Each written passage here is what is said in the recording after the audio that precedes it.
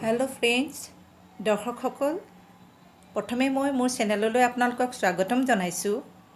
আজি মই আপোনালোকলৈ ঢেকীয়া শাকৰ ভাজিৰ এটা নতুন ৰেচিপি লৈ আহিছোঁ।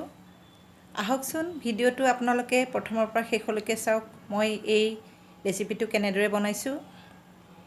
এয়া মই ঢেকীয়া শাকৰ কোমল চাই পেলাই তাৰ আগকেইটা এনেদৰে ছিঙি ল'লোঁ দীঘল দীঘলকৈ। একেবাৰে কোমল ঢেকীয়া শাকখিনি ল'ব। এটা পিঁয়াজ এনেদৰে সৰু সৰুকৈ কাটি ল'লোঁ, পিঁয়াজ এটাও, আৰু এটা ডাঙৰ বিলাহী এনেদৰে পেষ্ট কৰি ল'লোঁ। এখন পেন গৰম কৰি তাতে মই তেল দিলোঁ, যিকোনো তেল ল'ব পাৰে।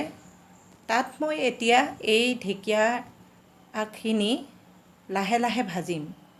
আপোনালোকে ধৰিব পাৰিছে, একেবাৰে কোমল ঢেকীয়া শাকৰ আগকেইটা লৈছোঁ আৰু দীঘল দীঘলকৈ ছিঙি লৈছোঁ হাতেৰে। এনেদৰে লাহে লাহে অকণমান সময় ভাজিম। তাত সোৱাদ অনুসৰি অকণমান নিমখ দিলোঁ, দি আকৌ সেইখিনি লাহে লাহে ভাজিম যাতে ভাঙি নাযায়। এনেদৰেই দীঘলে দীঘলে থাকিব লাগিব আৰু বেছি সিজিব নালাগে। এনেদৰে লাহে লাহে 2-3 মিনিট সময় এনেদৰে ভাজিলোঁ। এয়া মোৰ ভজা হৈছে। এতিয়া মই এইখিনি ছাইড কৰি উঠাই ৰাখিম। সেইখন পেনতে আৰু অকণমান তেল ল'লোঁ, দি তাত মই কাটি লোৱা পিঁয়াজখিনি ভাজিম।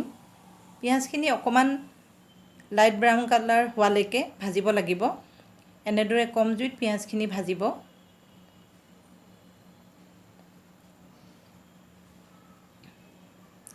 এয়া পিঁয়াজখিনি প্ৰায় ভজা হৈ গৈছে।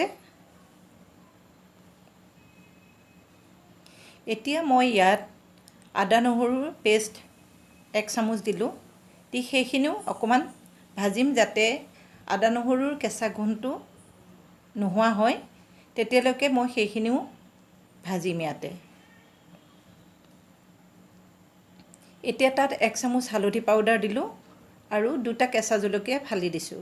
জলকীয়াটো আপোনালোকে নিজৰ ইচ্ছা অনুসৰি দিব। এয়া দি সেইখিনিও মই আকৌ অকণমান সময় ভাজিছোঁ। মই ইয়াত বেছি তেল ব্যৱহাৰ কৰা নাই। এয়া ভজা প্ৰায় হৈ গৈছে মোৰ। এতিয়া মই পেষ্ট কৰি লোৱা বিলাহীখিনি ইয়াতে দি দিলোঁ, দি সেইখিনিও মই খুব ভালকৈ ইয়াতে ভাজিম। এয়া লাহে লাহে জুইটো কম কৰিয়ে লৈছোঁ, নহ'লে সোনকালে জ্বলি যাব পাৰে। গতিকে জুইটো কম কৰি লাহে লাহে মই সেইখিনিও ভাজিছোঁ। বিলাহীখিনি যেতিয়ালৈকে পানীখিনি শুকাই নাযায় তেতিয়ালৈকে আমি ভাজিব লাগিব। ইয়াত সোৱাদ অনুসৰি অকণমান নিমখ দিলোঁ, দি আকৌ মই বিলাহীখিনি এনেদৰে ভাজি আছোঁ কম জুইত। বিলাহীৰ পানীটো একেবাৰে শুহ যাব লাগিব, তেতিয়ালৈকে আমি ভাজিব লাগিব।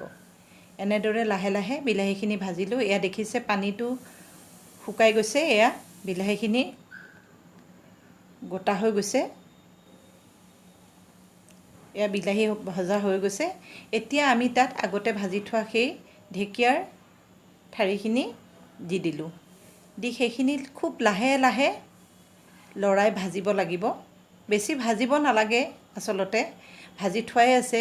এতিয়া মাথো আমি বিলাহীৰ পেষ্ট আৰু ঢেকীয়াখিনি মিক্সহে কৰিম। গতিকে জুইটো একেবাৰে কম কৰি লাহে লাহে গোটেইখিনি মিক্স কৰি দিব, যাতে ঢেকীয়া শাকত লাগি যায় বিলাহীখিনি। এয়া দেখিছে মোৰ ঢেকীয়া শাকৰ বিলাহী দি ভাজিখন হৈ গৈছে। দেখাত খুব ধুনীয়া লাগিছে, খাবলৈও খুব ভাল লাগে।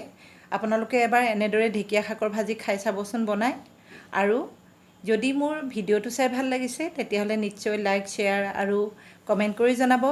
আৰু লগতে যিসকল দৰ্শকে এতিয়াও মোৰ চেনেলটো ছাবস্ক্ৰাইব কৰা নাই, মোৰ চেনেলটো ছাবস্ক্ৰাইব কৰি বেল আইকনটো প্ৰেছ কৰি দিব।